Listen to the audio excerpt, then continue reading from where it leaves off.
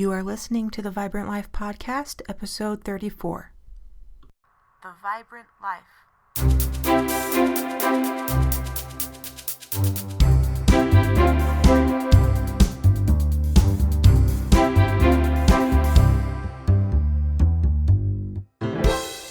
Hey you, I'm Emily Bromrell, and this is the Vibrant Life Podcast.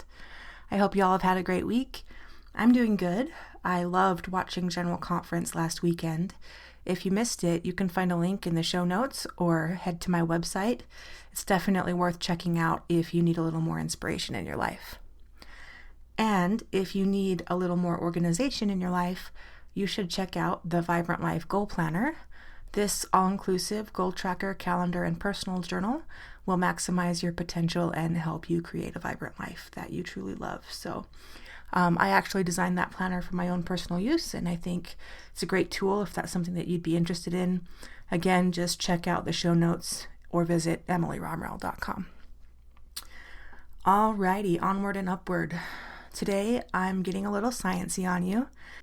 One thing I've noticed is that many of the practical physical laws in science have universal truths that you can also apply spiritually and emotionally. And there's an order to the way things work, and you can see the patterns if you take the time to look for them. And often it's those patterns that have led to further discoveries in various fields of science and even other disciplines. Someone noticed how something worked, and then they applied it somewhere else to see if that might not also work. And it's miraculous how everything kind of just fits together. This kind of thinking is what drove Einstein and others like him to try to do their theory of everything. You might have heard of that.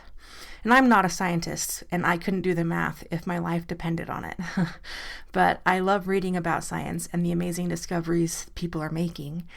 And I have no idea if there really is a unifying theory that's going to tie all of our understanding together, but it wouldn't surprise me. I believe that God works through natural laws to do his work, and for me, the intricate order in life and the beauty in the world are signs that we really do have a loving Heavenly Father who designed the experience called life for all of us. And we're diving into something much easier today, and that's the Law of Inertia. And this is also referred to as Isaac Newton's first law of motion. You probably remember learning about this in school.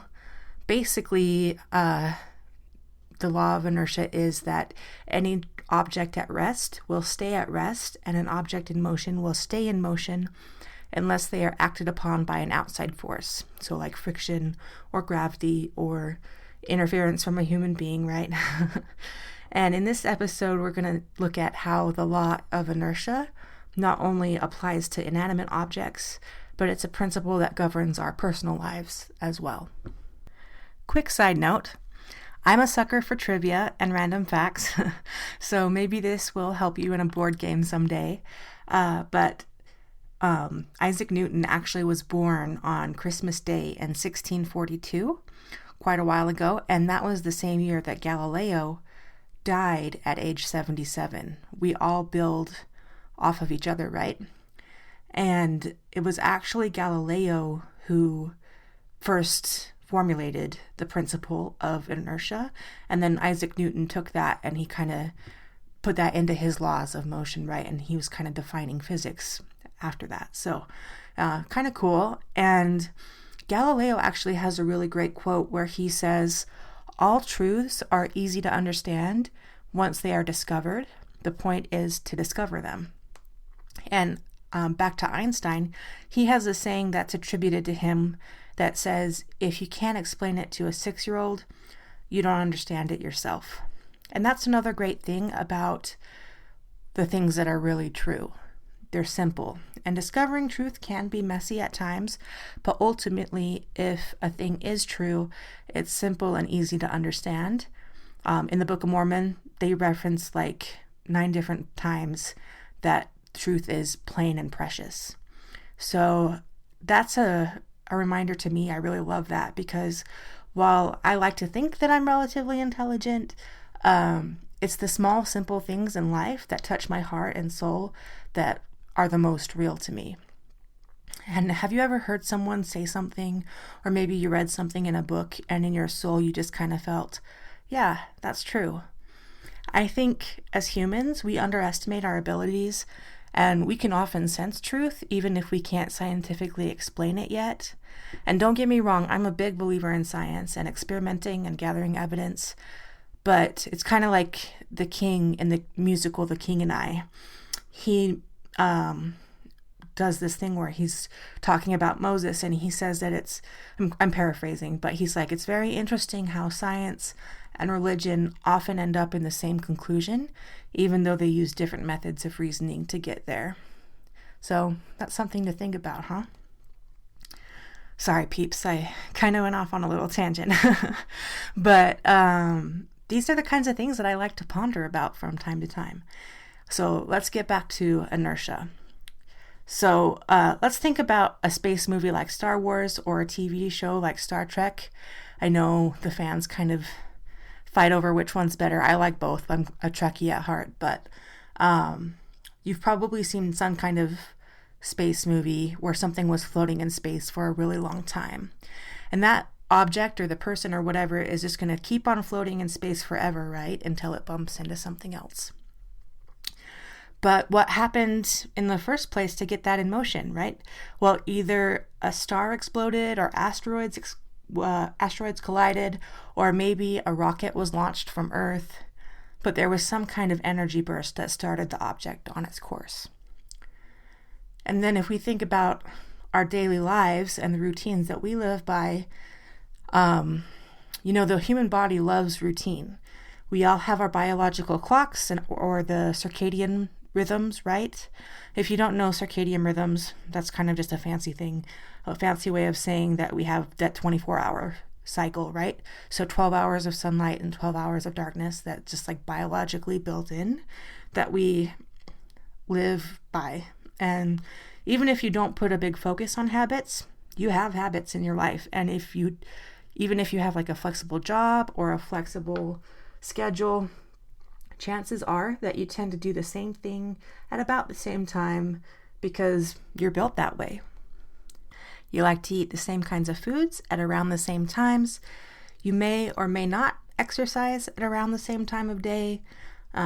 Obviously, TV shows come on at the same time every week. You hang out with your friends on similar days of the week usually. And, it's just we live by those patterns. And so you can kind of think of those things, the things that you're used to doing, as you at rest. And sometimes you probably really are at rest if you're not an active person. But you could also just say that you're at rest because you're in your comfort zone, right? And if you want to make a change, then it's going to take some energy to put your life on a different course. And sometimes we deliberately choose to make changes and gather our energy from within ourselves. That's being proactive, and it's amazing. But sometimes outside forces impact us, and people in our lives might make choices that affect us. Weather can change things. Like if it's a sunny day, maybe you want to go and enjoy it if it's been a while, or a natural disaster can affect you pretty drastically. Different cultures have different ways of doing things, right? And governments definitely play a big role in our lives. And we can't always control what happens to us, and that can be frightening.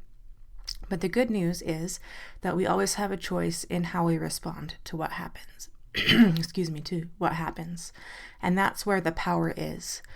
We're not simple inanimate objects. We have minds, and we can deliberately choose how we spend our energy. Let's go back to that proactive bit, though, and talk about what we can do if we want to make a change. It's not easy, and if your body is at rest and you're comfortable, then you're going to experience resistance. And that's where motivation comes into play, right? That's when it's really important to visualize what we want and to gather our strength and really push those limits. But the law of inertia is a law of hope because your effort and energy is rewarded when you form new habits. And once you are firmly on that path, you're going to tend to stay on that path until another change comes. If you've listened to the podcast for a while, you've probably heard me talk about being on an upward spiral. I really like that image. And when you visualize that, You can easily imagine a spring or maybe a slinky. I loved playing with slinkies when I was a kid. And we'd take a slinky, a couple of them, up to the top of the stairs and have races to see which one would go the farthest. And it's basically just a coil, right? Springs are coils of energy that love to keep on going if they're in the right conditions. And so sometimes when we're in the middle of that daily grind, it's difficult to see that we're making any progress. We can be trying really hard and it doesn't seem like anything's really changing. But I like to visualize that spiral or that spring, and the daily grind is just kind of the time that we're bringing everything together, and then after a certain amount of time, we get that burst of energy, right, and it launches us forward, kind of coiling the spring, and then it triggers and it gets released.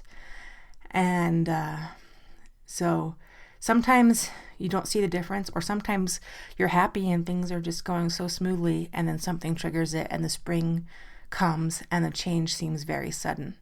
But really, it's been coming for a long time. Obviously, we don't live in a vacuum of space. Different forces are influencing us constantly.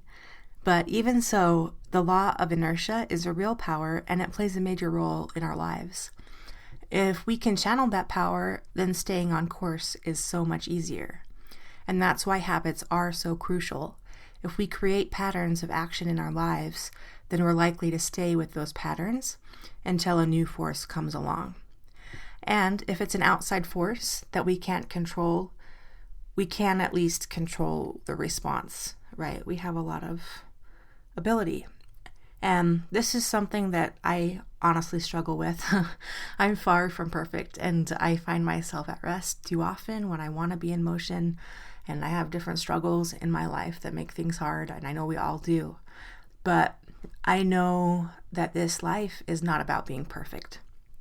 Living life is a process that allows us to grow into our potential, and then down the road, eventually we become perfect in different things.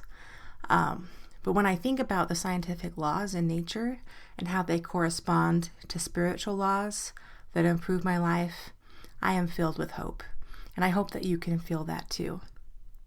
So, thanks, guys, for being here with me on the podcast. It means a lot to me that you spend a few minutes each week with me as we work on creating our vibrant lives together. I hope this next week brings you lots of those little moments that mean the most.